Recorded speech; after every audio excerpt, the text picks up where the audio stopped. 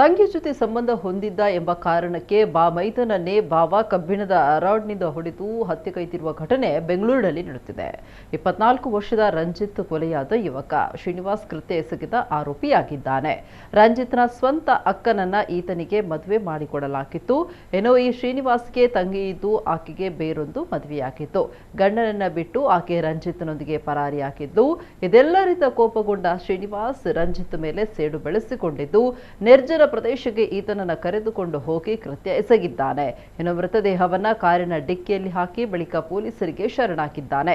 ಸದ್ಯ ಪ್ರಕರಣ ದಾಖಲಿಸಿಕೊಂಡ ಪೊಲೀಸರು ತನಿಖೆ ಮುಂದುವರೆಸಿದ್ದಾರೆ.